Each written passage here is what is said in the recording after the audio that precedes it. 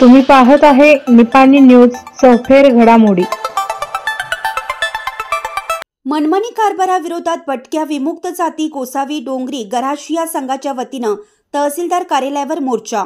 निपाणी तहसीलदार कार्यालयात अधिकाऱ्यांकडून सुरू असलेल्या मनमानी कारभाराविरोधात भटक्या विमुक्त जाती गोसावी डोंगरी गराशिया संघाच्या वतीनं तहसीलदार कार्यालयावर मोर्चा काढून उपतहसीलदार अरुण श्रीखंडे यांची बदली करण्याची मागणी करण्यात आली।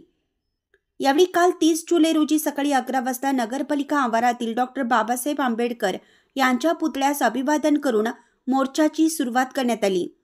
मोर्चा जुना पीपी रोड लोकमान्य टिळक उद्यान मार्गे शासकीय विश्रामगृह येथे तहसीलदार कार्यालयात तहसीलदार MN बळीकर यांना निवेदन सादर करण्यात आलं।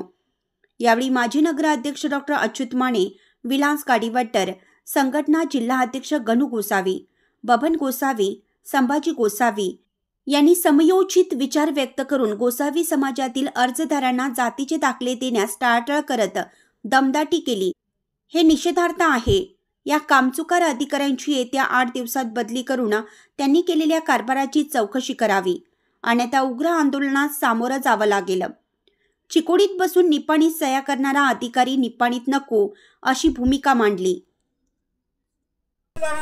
बेडकाळमध्ये मला तिथं फोन करून बोलून घेतला तुमच्या जातीची चौकशी करण्यासाठी।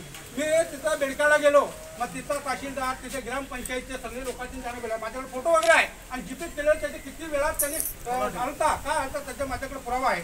तर त्याने 18 तारखेला हे दिले आणि त्याने त्या टायमाला मला काय म्हटलं, तिथं लोकांनी तुम्ही ताबडतोब आजच्या तुम्ही फॉर्म जमा करा, तिथं मी तुमच्या पहिलेचं रिजेक्ट करणार आहे। नंतर मी मला काय गडबड लागली, त्या दिवशीच मी रात्रीचे काय हे करून मी आंदोलन घालून रात्रीचे त्या माने मयूर माने त्या कम्प्युटर ह्याच्यामध्ये जाऊन मी त्यांचं आंदोलन घालून ताबडतोब मी दिलोय। तिथं लेटर गेल्यानंतर दुसऱ्या दिवशी मला रिजेक्टचा फॉर्म माझ्या हातात आला।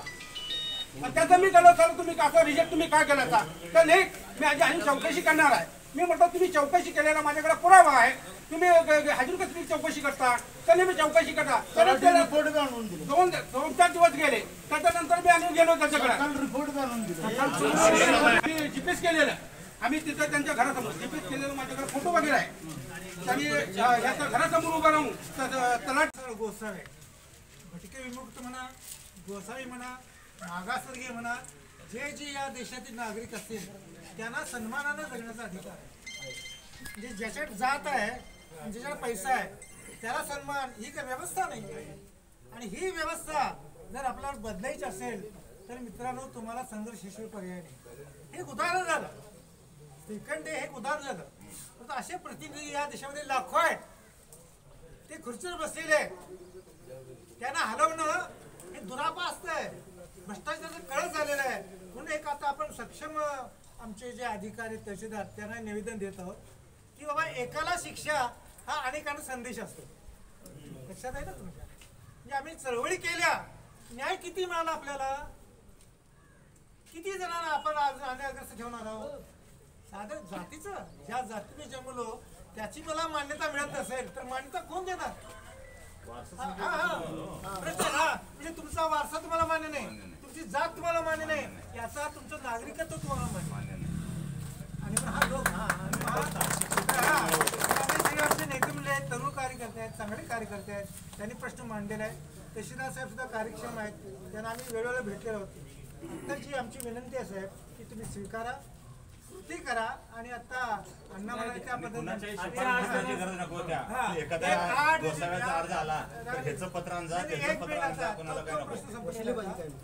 एक मिनिट जरा आता या सगळ्यात असं की 8 दिवसामध्ये या प्रश्नामध्ये आम्हाला न्याय द्यावा अशा विनंती साहेबांना करूया आणि निवेदनाचा त्यांची बदली झाली पाहिजे। आणि तुमचा डेप्टी तहसीलदार श्रीखंडे उद्धट त्यांना वागणूक या ठिकाणी देतात। त्यांनी सरकारचे नोकर आहेत, त्यांनी ह्या लोकांची सेवा करायला पाहिजे। ह्या लोकांसाठी मी देखील फोन करून सांगितलं, तुम्हाला फार तर चुकीचं वाटत असेल तर प्रत्यक्षात जाऊन पंचनामा करा।